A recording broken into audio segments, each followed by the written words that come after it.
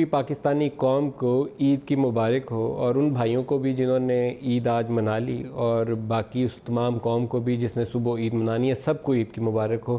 پرویز رشید صاحب ہمارے ساتھ ہیں۔ پرویز صاحب، آپ کو بھی مفتی منیب کی بھی عید مبارک ہو اور پوپل زئی صاحب کی بھی عید مبارک ہو۔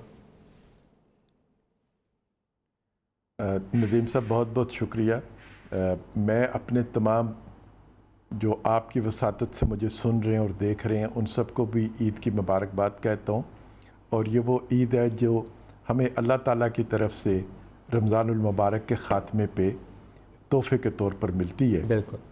کسی مفتی کی عید جو ہے اس کا میری عید سے کوئی تعلق نہیں ہے، لیکن اس کے ساتھ ساتھ ملک صاحب میں آپ سے ایک بات اور عرض کرنا چاہتا ہوں کہ اس دفعہ عید کے ساتھ جو سلوک کیا گیا ہے، میں اس کا صرف سیاسی پہلو تھوڑا سا آپ کی خدمت میں پیش کرنا چاہتا ہوں کہ ایک انتہائی خطرناک آغاز کیا ہے حکومت نے اپنی حماقت سے۔ دیکھیے، پشاور جو ہے اس کا جو گورنر ہاؤس ہے وہ وفاق کی علامت ہے، یعنی پشاور اسلام آباد کے ساتھ جڑا ہوا ہے۔ آج پشاور کو اسلام آباد سے کاٹا گیا ہے۔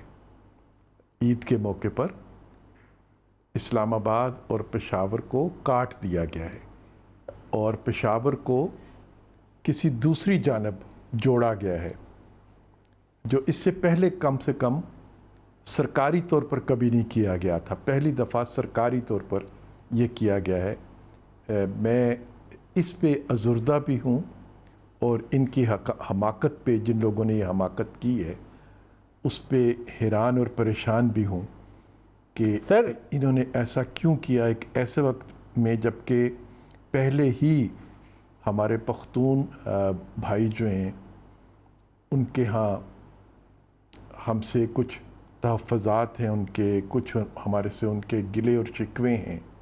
ان گلوں اور شکووں کے موسم میں ہم نے ایک مزید اضافہ کیا ہے۔